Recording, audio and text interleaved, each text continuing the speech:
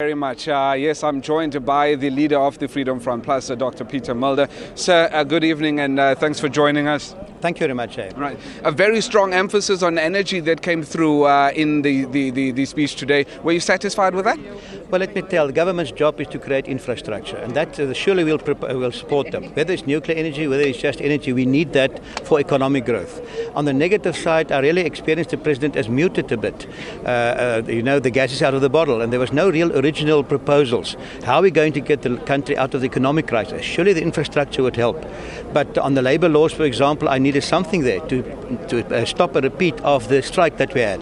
There was no mention of that at all. Housing alone is not going to solve that. Positive on corruption, that servants, officials are not allowed to do business with government servants. That's positive. And that hopefully will stop corruption or help corruption stop in the end of the day. You spoke also on the issue of youth empowerment. Are you satisfied with that? Well, he gave some statistics that the measures at the moment are working. There's a lot of criticism on that, and surely we need more of that to help with tax incentives to get the youth working and to help government and specific private sector to create those jobs, and that's positive as well, yeah. All right, sir, thank you very much, and thanks for joining us. We are hoping to get Mmusi Maimane from the Democratic Alliance. Mmusi Maimane is, of course, the leader of the Democratic Alliance in Parliament. Mr. Maimane, a strong focus on the economy by the President. Absolutely. Some of these things we've called for so many years, that the President's response is in some ways a bit too late. There were some initiatives that are straight from the National Development Plan, which is an important document that the President put forward. They're going to take a lot of courage to implement. I'm concerned that President Zuma is living in one space while South Africans are living in a very, very difficult space. And I felt tonight the President had an opportunity to bring some very strong ideas, some very bold steps, and I didn't see that forthcoming. Okay. When you say bold steps, what would you have liked to hear? I think even the procurement of energy, issues around there seems to be a greater interest from the President's side to increase state expenditure in this regard. You're not going to be able to collect the relevant revenue to do that. The President should have acted earlier and quicker. It must allow legislation to allow other people to be providers of energy. So there could have been a lot more that the President should have done decisively and boldly, and I felt he didn't do that. All right, Mr. Maimane, thanks very much for joining us. That was Mmusi Maimane, the DA leader in Parliament. I now cross you over to my colleague Asanda Mbeche. Thank you, Lucanio. Reverend Kenneth Mestre of the ACDP is joining us. Reverend, the President spoke a bit about stabilizing the mining industry.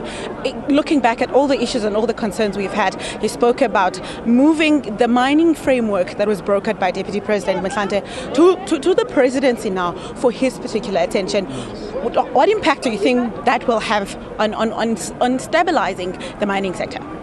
Well, I'm not sure whether that is definitely going to make an impact, because promises have been made many times before. And today I think he repeated a number of promises that were made. So to move the responsibility that was given to the Deputy President to his office, I'm not sure how that is going to bring about a change. Now, he needs to convince us that when he makes promises, he keeps the promises. And because the track record is, there's never been promises that were made that have been fulfilled. One doubts whether moving from one department to the other is going to make any difference. Do you think the support that was mentioned for municipalities will bring some difference?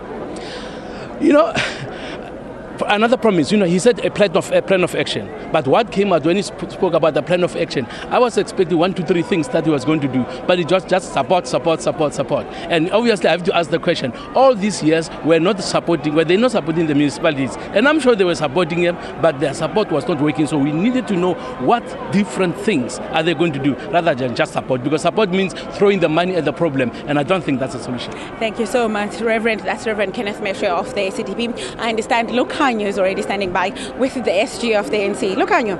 Sanda, thank you very much. Yes, I'm now joined by Mr. Gwede Mantashe, who is, of course, the Secretary General of the African National Congress. Mr. Mantashe, was that speech in keeping with the manifesto? It is in line with the plan of the African National Congress, from the manifesto to the Lekgotla, to the Cabinet Lekgotla.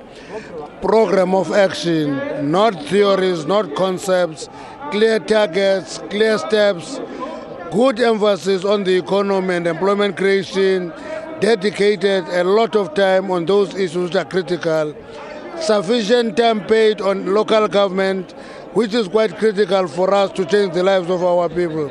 You will look into other aspects, whether you go to education and health, It is action-oriented, not concepts of how we write it in the manifesto. It is translation and interpretation of the manifesto into a program. So I think what was surprising for a lot of us that were listening to the president was the issue of nuclear energy. Came out quite strongly about that.